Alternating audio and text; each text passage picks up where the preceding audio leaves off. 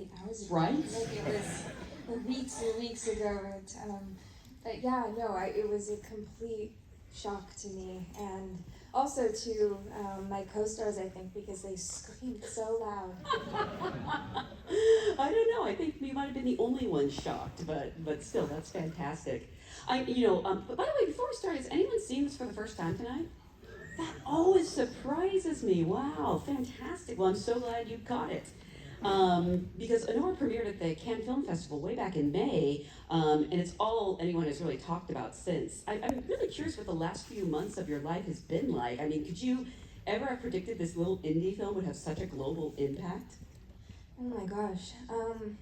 No, it's been such a journey. I had no expectations going into the release of this film. I mean, even just going to Cannes Film Festival was an absolute dream come true for me. And so it's been quite a whirlwind. It's been really interesting and fun. And like you said, we've been able to go premiere our film in so many different countries to incredible audiences. And people continue to show up and see the film months and months after it's been released, like today. So it's amazing. There's been such an impact of it. I was actually just saying earlier, like, I can't wait for Halloween because I feel like we're going to see a lot of Annies. Are you prepared for that? Actually, there were Annies the last Halloween. There were a couple, yeah. And so I was sent a handful of photos of people, which was so amazing and fun to see. Some really good ones, too. Oh yeah, I mean the tinsel and the hair and everything. Yeah, I feel like everyone has now really caught up with the movie. It's really going to be crazy this year, so I'm looking forward to it. What about in terms of, this is an audience of your fellow actors, so I always sort of like to ask, has it changed your life and your career? Are you seeing the results of that already, or is it more, that you're hearing from so many people you admire that are now interested in working with you? Yeah. It is really cool to be a part of a guild that celebrates and uplifts each other so much. That's really incredible. I do feel like my life has changed, but not just because of all of this that's happening now, but because of just the experience of making Anora. It was so incredibly collaborative and transformative. I feel like I learned a lot about myself as an actress and as a person, and it was a dream come true role for me, one that I had been waiting for a decade plus. And so just having that experience in itself was life-changing. Something that really thrills me is you're going into the SAG Awards not only with a nomination for yourself, but 3 nominations, including one for the ensemble, which I'm just so thrilled. I think, actors recognize great actors. There's so much chemistry in this cast, and specifically most of your scenes are shared with Yura and Mark, who play Igor and Vanya. I'm curious, was there ever kind of a chemistry read between them, or did you just meet them on set? No chemistry read. Sean is one of the only directors that casts all of his own films completely himself with no casting director, and so he knows exactly what he wants, and I think that there's just some kind of magic thing going on in his head that puts people together in a way where he knows that it's just going to work. And so no, I met Yura on set and we jumped into filming, and Mark I was able to meet maybe just a couple days before and we hung out a bit, but no chemistry read, no table read, we just went straight to shooting. Yeah. I mean, it makes sense because that's sort of how they meet in the movie. There's no preamble, they just sort of get to it and there's instant chemistry. But it's always a little strange, like what if that chemistry isn't there? I guess that's where good acting comes in. I think it's about trying to cultivate something, some kind of feelings, even if you meet someone, which this wasn't the case on this film. I met Mark and Yura and I instantly loved them in some way, but I think that I've definitely had other situations where I didn't feel quite that kinetic pull, and so you find things in your fellow actors that you love, like, oh, he or she has this endearing laugh, and that's going to be the thing that you focus on. And so I think, we all will find things to be able to latch onto, but it was easy from the get-go. And Mark and Yura are both incredible actors, but in such different ways too. And they brought such different energies to their characters, and so I think that the way that I felt about them was very clearly different, meeting each of their faces. You started acting at such a young age, which is not to imply that you're old and grizzled now. You are obviously not. You're still very young. But did it start as a hobby, or was it something you always knew you wanted to do as a career?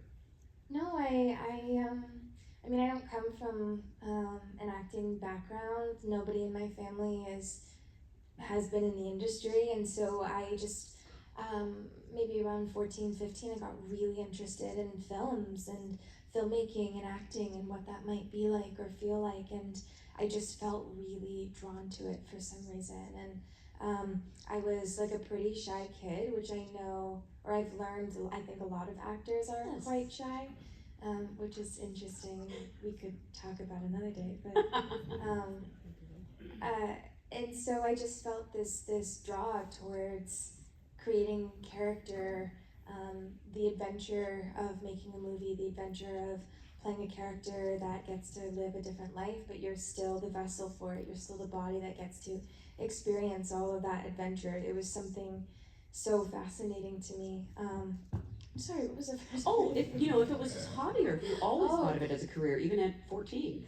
No, I mean, I don't know if I ever thought like, oh, I will absolutely be able to have a career in this. I just thought, well, I might as well try because I feel like I have to chase this particular dream.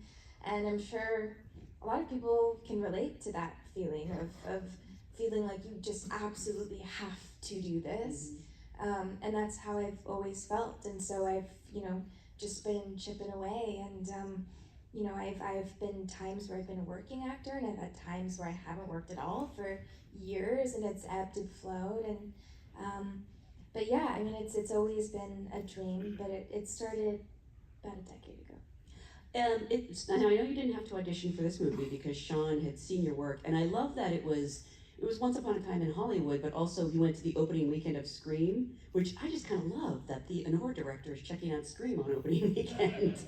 And I don't know, do you get a call or a message that he wants to meet you? What is it like to have that experience? And you do projects and you don't know who they're going to reach and who they're going to touch. Like, would you have thought Scream would have been your in with Sean Baker? But Sean sees everything. He does. Yes. He goes to the theater. He's a true cinephile, so he watches everything. And he had seen me in Once Upon a Time years before, my handful of scenes in that, and he told me that he remembered thinking, oh, maybe he will work together in some capacity at some point, but I don't know what it will be. Years passed, and then I did Scream. He went to go see it. And remembered me and thought, oh, this is the girl that I got to work with. And so he reached out a couple days later. We had a coffee, and he had been sort of mulling over this idea for Anora, and pitched me the idea and said, if you want to do this, I'll write it for you. And it was pretty... Yeah, how long did you think about that? You don't think about it. I was already in even before coffee, because my agent said, he wants to write this for you, and it's like, for me? You try not to question it too much and sort of push down that imposter syndrome, but I've never had to not audition for a movie role or any role before, and so pretty spectacular that he, took a chance on me, or thought that I would be able to play this character, because gosh, what an incredible character. So complicated, so nuanced and interesting, and all of the things I got to do, all of the research and the physical preparation, the emotional preparation. I learned another language for this film. It was such an adventure from the beginning to end, and I got to be such a big part of it, which had been like a career-long dream of mine.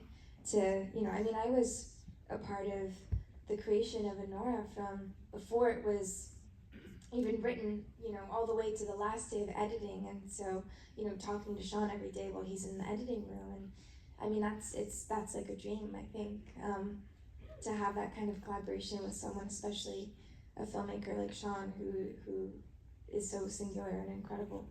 How long did you have to prepare? I had a long time, and usually as actors we don't always have the luxury of time to prepare. But from us meeting to being on set for the first time was about a year. So, I mean, I had 4 to 5 months to slowly and then more intensely start the physical preparation of learning to dance like a stripper, and that was a big undertaking because I couldn't dance for shit before. I wanted it to be really impressive. I wanted her to seem like a seasoned dancer who's been dancing for a few years, and so that required a lot of dedication. And it was fun too, it also like changed my body. It gave me a dancer's body. It made me more in tune with my sexuality. It made me feel a certain way. Like I was just able to move differently than I did before. And then learning Russian, I had maybe about 2 months for that, which I was kind of like, can we start earlier? Because, so I was, hitting Duolingo pretty hard. But I was gonna ask you if it was Duolingo. Well, yeah, Duolingo still sends me notifications. You missed a day. I missed like a year, but no, I had an incredible Russian coach who was also our script supervisor on set and wore a couple other hats, but he was great, and the accent, and also just researching sex work and that community and what that kind of profession is like. I was able to talk to a lot of consultants that were brought into the film. I went to Brighton Beach, and I lived there about a month before shooting started, so I could immerse myself in that environment, community, so I could go to clubs and shadow dancers, test out my accent and really just sort of soak everything in. So yeah, it was I've never done anything like this before. I've never played a character that required this amount of pre-planning. Yeah. So it was fun and difficult and everything that I had been hoping for so long. I'm glad to hear you didn't hang out with serial killers to prepare for Scream. Spoiler alert, but the movie's been out like 5 years, so. Yeah, Yeah. That's true. All the people you met and spoke to, though, was there anything, I mean, I'm sure there's so much you gained from that, but was there something that particularly stayed with you, or just even like a personality quality about someone that really informed the character of Annie? I mean, I was able to meet so many incredible women. And I mean, I think it was a lot of little things. Like, they were just able to offer a lot of insight and nuance into that kind of work and what the day-to-day is like. And just shadowing dancers, I was able to kind of be dressed up like one of them and be more of a fly on the wall and watch what the etiquette is like at the club, how they talk to their coworkers, how they approach customers, and talking. The first time I spoke to a consultant, I quickly realized just how difficult of a job it is. Firstly, how physically demanding of a job it is, because as a dancer, you're on your feet all night, you're giving dances, and then on top of that, how emotionally demanding it is, because as a dancer, you have to immediately be able to connect with someone. I think you have to be quite intuitive to be a dancer.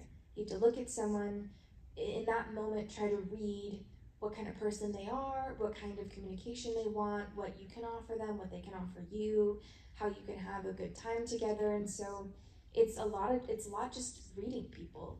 And I was like, wow, this is a really hard job. And it was really interesting to realize that, because obviously there's a lot of improvisation in the film, and the entire opening watching Annie approach customers in the club, it's all improvised. Wow. And so there was just a live club that was set up, and I was going from, looking and going from this man to the next, giving dances. All of those dances were improvised, and so all the research I did was so valuable in me being able to navigate those situations in a way that was honest. So we were able to, pull bits and pieces that really inform you a lot about the character and show you that side of her from when she's at work. I mean, it is a very demanding role emotionally and physically, and as an actor, how do you sort of prepare for that? I feel like it's like preparing for a marathon. You know you're going into this thing. You're also working on an independent budget. You're in every scene, pretty much. Was there any way you sort of prepared for that or took care of yourself during filming? I mean, I think it's different every time. My preparation process, I don't necessarily have like a process, I think it's just intuitive. Whatever I feel like I need to do for each character, I'll do. And, it's been interesting. I think that Making Anora has really inspired me and pushed me to want to go even further and search even deeper in terms of like the next character, the next job I'll plan. And so, yeah, I mean, taking care of yourself, I try to decompress as much as possible.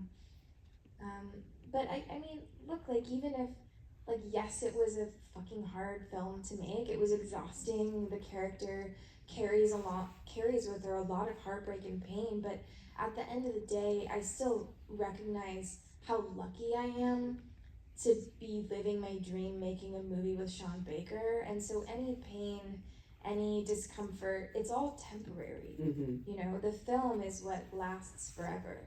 And so there were absolutely really difficult days, but I still woke up the next morning excited to go back to work again. But I am like someone who I consider myself to be like quite introverted, and so as much time as I could spend by myself, just kind of regrouping and re-energizing, I would. Well, and also, I know that it's acting, but your body doesn't always know the difference when you're putting it through trauma. You're in, neither does your mind sometimes. So, do you have a way of letting go at the end of the process, or do you find it takes time? I don't know if I quite have like a handle on that specifically. I mean, I think the hard thing for this particular film wasn't necessarily letting go of the character, because she's someone who is very, very deeply vulnerable on the inside, but she is constantly covering, constantly protecting herself.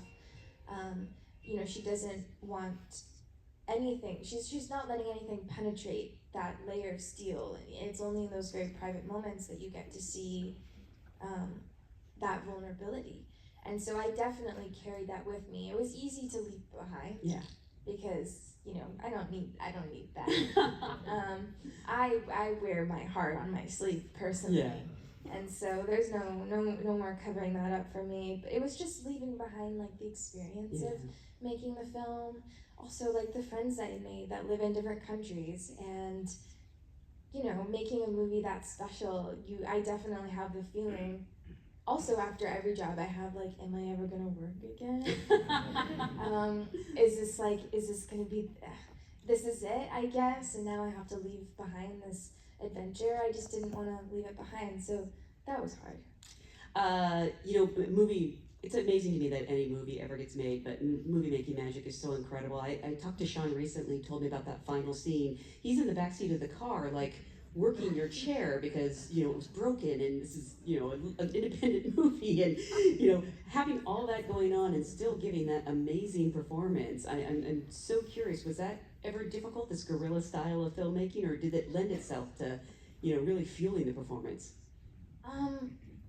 I mean, I embraced every part of whatever we were doing. I mean, in terms of like guerrilla style, we would take a camera and like bring it into restaurants and film on the streets of Vegas, and that was really exhilarating. I kind of felt like I was in Borat while we were and I mean, how often do you get to have that experience as an actor, to be able to to sort of blur the lines like that between fantasy and like a real world, and so that was always really interesting for me, and I always felt protected by my director. But the last scene, yeah, Sean was in the car, but I think that was actually like quite intimate because he's the director who is navigating and telling the story through his lens, and so he's the one who gets to be there with us as we close the film out, and it was quite intimate, I think, and kind of nice for all of us, and very difficult scene to shoot, very vulnerable, and it took us a long time, like many days, to get the scene because something would always happen. Like as you said, independent filmmaking, the street would be too busy, or the snow looked fake. Oh, that's right. The snow wasn't even real, was it? Oops, yeah. No. He talked about this, but I was shocked. Yeah. Well, sometimes I'm like, I don't know. I don't want to break the illusion too much, but yeah. I mean that scene it was one I was really nervous about because I just put a lot of pressure on myself to do it right for Annie, which it's like not possible to like do it right. It's either honest and in the moment or it's not. Mm-hmm. And I think we were able to get to a place where we were just grounded ourselves.